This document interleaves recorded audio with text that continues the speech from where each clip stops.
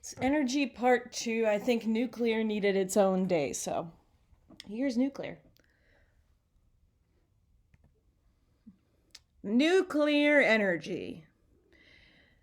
We are generating electricity in the same way in the end, but the way we get that energy to start with comes from a nucleus of an atom, nuclear energy. This was something that we obviously figured out in World War II, atomic bomb, all that mess. But the first times we used it to generate power were in the 1950s. You can see the first experiment was in 1951. And the first time we actually built a nuclear power plant to generate energy, excuse my phone,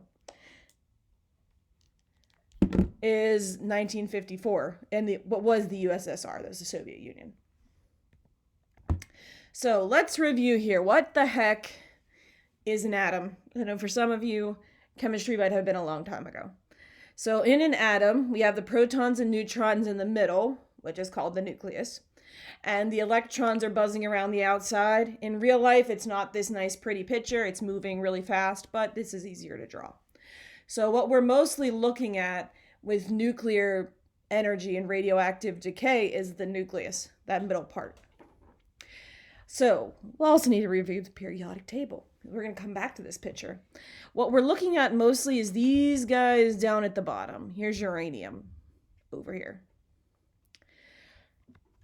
We'll come back to that. So what does it mean if an atom's radioactive?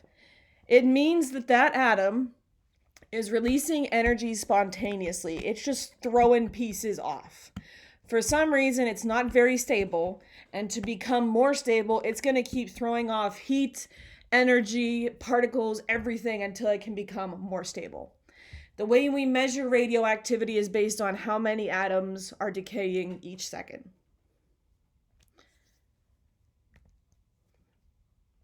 The actual process of it shooting off energy is radioactive decay. It can be all one big boom, or it can be many small steps, and it's going to keep on going until it reaches a more stable situation.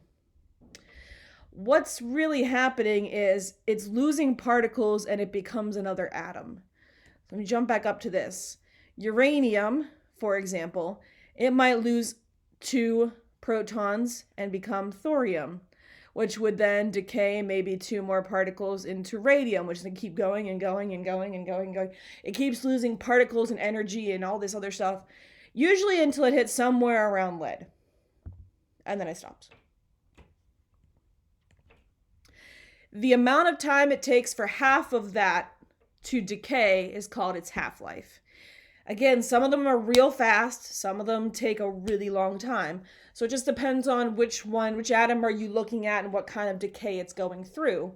Sometimes the half-life can be like a minute, sometimes it's like a million years. Depends. There's different kinds of decay that can happen. It really depends on what kind of atom it is and how badly it wants to shoot off those particles. If it does alpha decay, that means it ejects 2 protons and 2 neutrons, which is basically a helium. That's usually what happens in real life, most often. Beta decay can also happen where it shoots off an electron. And gamma decay happens when it releases gamma rays. Gamma is the most dangerous because those gamma rays can shoot right through your cells and mess up your DNA.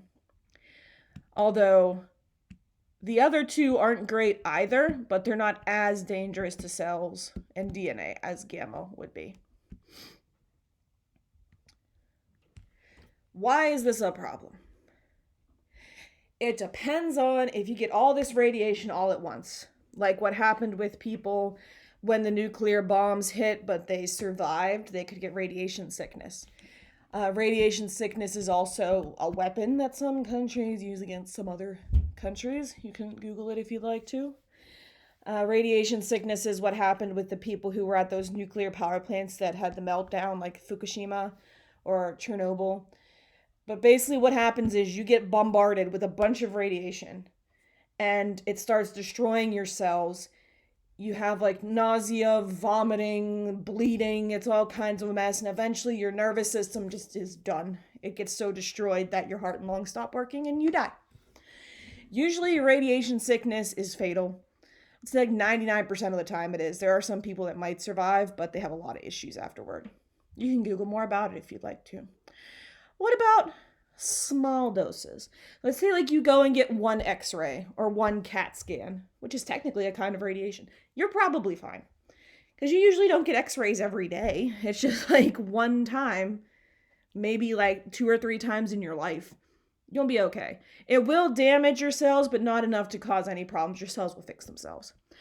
If you know an x-ray technician, or if you've ever been to an x-ray and you see like they kind of get you set up and then they run behind that little wall, it has lead in that wall. So the x-rays or whatever type of scan you're getting can't get through. Because you might be okay getting like one x-ray every once in a while, but these people are involved with x-rays or CAT scans or whatever's every single day that they work. So exposure to that over a long period of time can increase some health risk. It can cause like cancer and other things like that. That's why they go behind those special walls, to protect them from the radiation so that they don't get sick. Before we knew that, though, people got lots of issues. There's lots of issues with x-rays. So it used to be like science was, woo, x-rays, everybody do x-rays. Let's look at all the stuff we can find with x-rays. And then like they all died. So maybe not so much anymore. So we have this energy that is naturally going to fall out. If you get a bunch of uranium, it's going to naturally break apart and release energy. So why can't we use it? We can. When it splits apart like that, that's called nuclear fission. When it's split apart, it releases energy, heat, and radiation. And also whatever atom it decays into. In the 1930s, we figured out that this was a thing. And as y'all, before the 1950s is when we first said, maybe we should use it for electricity and not just for blowing people up. Excuse my neighbors. But basically how it works is we take atoms of uranium and we shoot things at it. A neutron or an energy wave at really high speeds, and it forces the atom to break apart. When it breaks apart, then we can take its energy and heat and use it to make electricity. There's a lot more steps to it, but that's basically what's happening. After we do that first collision to make it start, all of the pieces that shoot off, all of like the alpha particles, beta particles, they can then hit other atoms, which just keeps going and going and going and going and going and going until there's no more. And there's nothing more to happen. So let's jump back up to this. Let's say we have uranium. We shoot some things at it. It breaks down, shoots off energy, and it becomes thorium. And then it shoots off energy and becomes radium, which keeps going and going and going and going. Depending on which atom you're using, depending on which kind of decay it's going through, this can keep going for a couple years until you hit something like lead, mercury, somewhere in here, and then it just kind of is stable. It's a stable atom now. It doesn't want to shoot off anything, so it's not going to. At that point, you got to get some new fuel. There we are. There is such a thing as nuclear fusion, where you force atoms together, but we don't really know how to do that yet. That's how the sun works. It works by taking atoms and smacking them together and releasing energy. We know that that's how it works, but we haven't really figured out how to do it yet. It's possible, maybe in the future. They're working on it. But we definitely know how to split an atom. We don't really know how to push them together so much. In the United States and throughout the world, most nuclear energy is made using uranium. And at least in the United States, most of our uranium we can actually mine in the United States. We can find it within. There's a whole process to taking the uranium that's pulled out of the ground and turning it into the kind that we can make energy from. We have to pull it out of a rock, like a lot of other mining products. And we have to enrich it so that it's better to make energy. And then we put it in these little rods, and then the rods go to the reactors, and then we can make energy. Again, we're kind of greatly simplifying it to keep these notes from being 80 years long. You can Google it if you'd like to know more.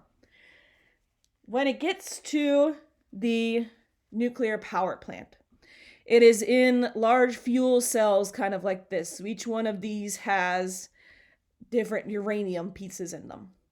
Then we put them into things called reactors. You can see it here compared to the size of a person. There's real big, huge ones that are like building size. And then there's smaller ones. It depends on what you're trying to power. But that reactor area is where we let the uranium go crazy. It can fission all at once. We contain it. We take out the energy it makes, we'll see how in a second, and turn it into electricity. So there's like really big, huge ones that make power for whole cities. There's one in Harrisburg still, I think. 3 Mile Island's still going. There's smaller ones that you can like put on nuclear powered submarines. So it really depends on what are you trying to make. But it's the same idea. Take the uranium, put it into a little bundle like that, put it into the reactor, makes electricity. Here, again, greatly simplified, is what's happening. The fission reaction where uranium's breaking down and releasing energy and particles all over the place. It's happening inside that reactor. The energy heats up water, makes it steam. Steam spins the turbines, generates electricity. The water is also acting as a coolant to keep the reaction from getting too hot. So here's general picture. This here where it's red is where we have the fuel, and it is going bananas, breaking apart, making all the fission, releasing all the energy and particles flying all over the place. Also in here, the blue is water.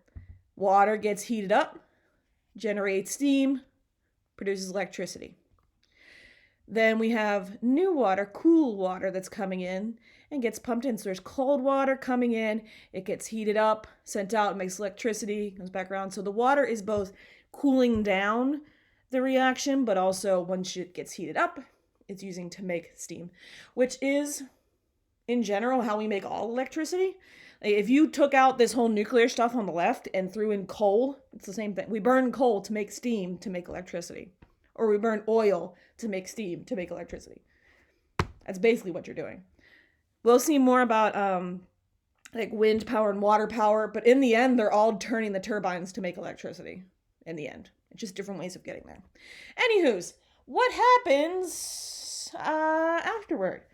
So we go out, we dig up uranium ore, we process it, we use it. Depending on how much uranium you found in that ore, it can be used for like 3 to 5 years to break down all the way. Then what? You got to get rid of all what's left over. It's going to break down into some atom. It won't be useful anymore, but it might still be radioactive, dangerous to the environment and to living things and humans. So we have to dispose of it properly, such as this. It depends on how radioactive it is, depending on how we get rid of it. Low-level radiation will usually dig a big old hole, line it with concrete, put all the waste in there inside of special bins, and then cover it with more concrete and cover it with dirt. So if it's disposed of properly, it's all in one spot. Nothing should be able to get in. Nothing should be able to get out.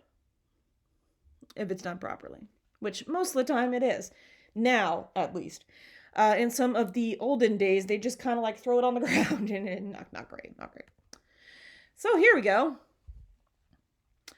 The greens and purples are where there is the most spent nuclear fuel in the United States as of 2021. You can see on the top.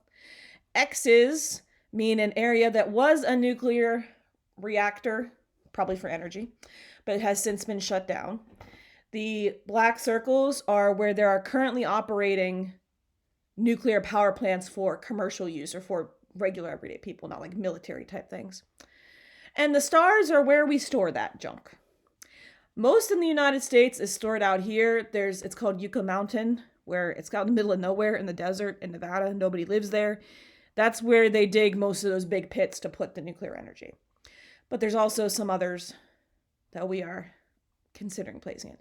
If you notice, Pennsylvania's a not good color. We have a lot of spent nuclear fuel around us, mostly because 3 Mile Island is there, and there's also other nuclear power plants around Pennsylvania, more so than there would be in other sites. So we have a lot of waste to get rid of. Globally, 10% about of global energy needs are met through nuclear power plants.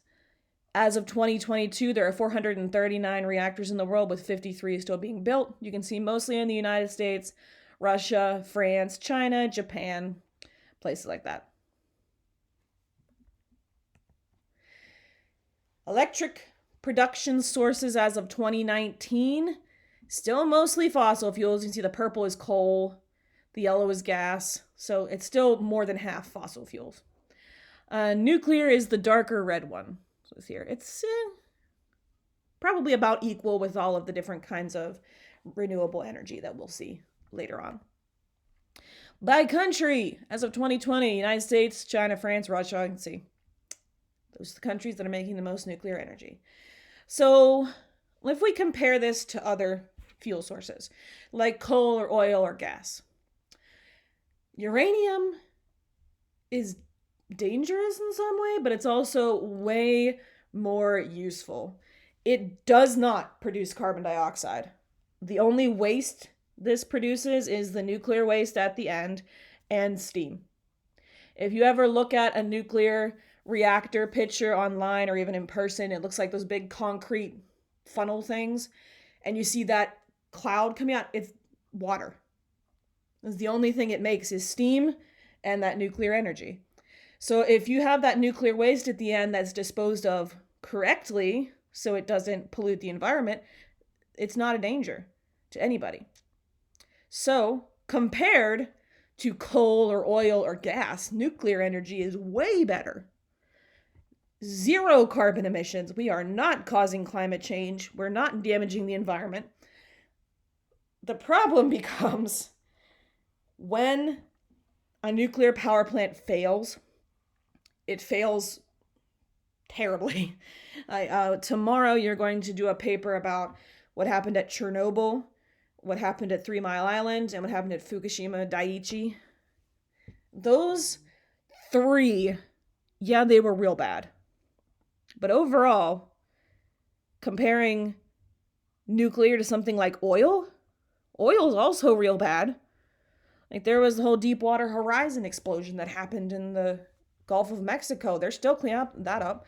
Exxon Valdez that happened in Alaska. That was like 40 years ago. They're still cleaning that up. Those were oil spills. So yeah, there's pros and cons to every kind of energy, but I think overall nuclear probably outweighs the rest of these. Nuclear is better than the fossil fuels. What we will see later this week is things like wind, water, solar. We'll get to those. But right now we're just comparing nuclear versus the fossil fuels. Nuclear is definitely better. You can agree or disagree with me. We will spend more time talking about what happens with nuclear disasters. There's not many labs or stuff we can do because nuclear, we're only at high school. But you can also go and Google if you'd like to learn some more. We'll see more about renewable energies later this week. We'll see you then.